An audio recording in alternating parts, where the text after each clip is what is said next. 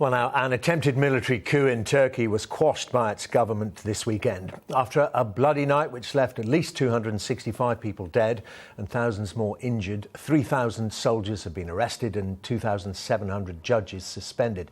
President Erdogan of Turkey says those responsible will be punished, and the way they're punished could sit uncomfortably for some European countries already concerned by Turkey's human rights record. Well, I'm joined now by Turkey's Deputy Chief of Mission here in the UK, Cem Isik, and a very good morning to you, Mr. Isik. And let me ask you, first of all, we've seen those pictures in our morning papers today of soldiers stripped, soldiers being whipped and beaten. Will they be treated, those that did rebel against the government, will they be treated properly, taken through courts of law and being given judicial process?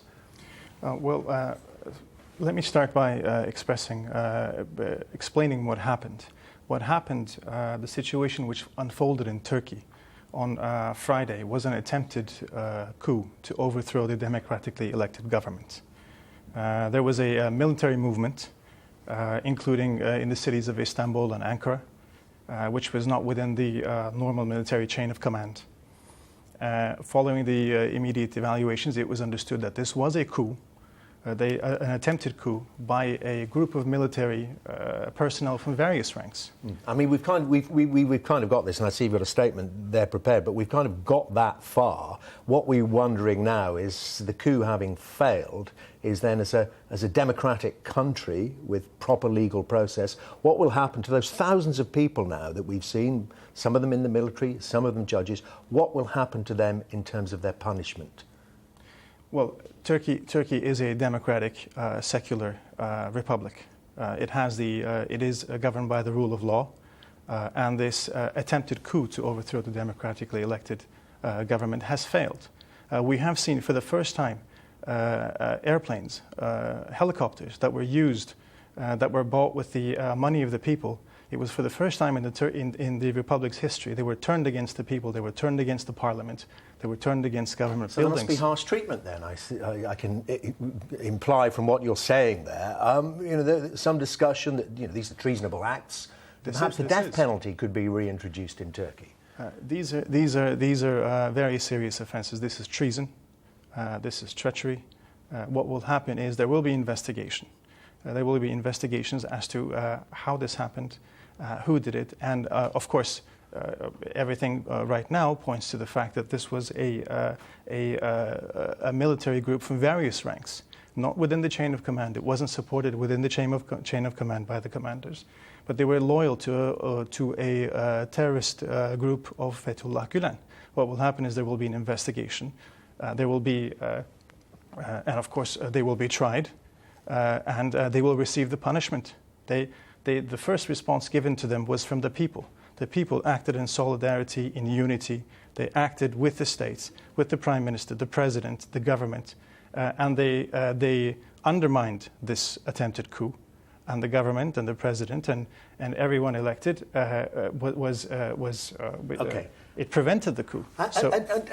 And are you in Turkey aware that obviously you have a long-standing application to join the European Union, that the way this coup is dealt with will be watched very carefully by those assessing Turkey's fitness to join the European Union?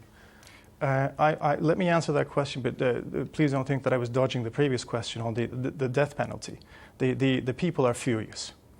They have had tanks pointed at them, warplanes pointed at them. They've had helicopters pointed at them, police officers, civilians, they were all killed.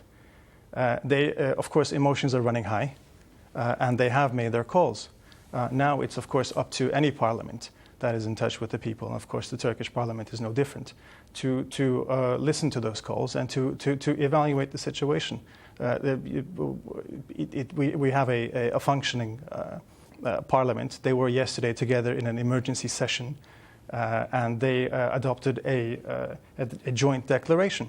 So obviously this parliament will heed they will listen to the people. So there is a possibility the death penalty could be reintroduced? It needs to be evaluated. It needs to be evaluated. If the people call for it, then the politicians will have to evaluate it in a parliament, just like in any democratic society. As for the EU, Turkey is a long-standing candidate of the European Union. to join the European Union. This is a strategic choice that was made a long time ago. Turkey is a strong member of NATO. It's a modern, secular, developing democracy. I don't think. But the very two answers. I'm sorry, time is limited. But the very two answers there, have a bearing upon each other. If the EU then witnesses, if the death penalty is reintroduced, and the EU witnesses Turkey shooting and hanging generals and judges, it's not going to. I'd say it wouldn't be on the plus side of Turkey's application. I'm not saying that the death penalty will be reintroduced. I'm saying that this was abolished by choice by Turkey, with the support of the people a long time ago. We have for example, the ringleader of the terrorist organization PKK, for example, a terrorist organization that's also proscribed here in the UK. He was captured back in 1999. I think we were strong and resilient and resisted all. I suppose, wish or maybe a feeling to impose a death penalty even on him.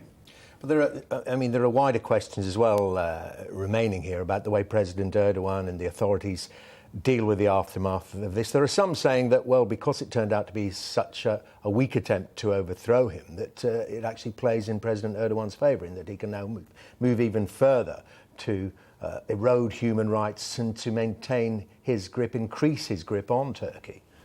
I'm not quite sure if I agree with the weak attempt. There were warplanes, there were helicopters. The Turkish radio television was seized by means of arms and by what I can only describe as psychological warfare. Media outlets were seized, but the people stood up. They rose. They took the streets. They stood in front of tanks, and people died. There was the press and media, for example, gave a lesson in democracy. I don't think this was a weak or any small attempt. This was a very serious event. It will be investigated, and they will receive the punishment. Okay, Mr. Isik, good to see you. Thank you very much indeed, Cem Isik, there, Turkey's Deputy Chief of Mission here in the UK.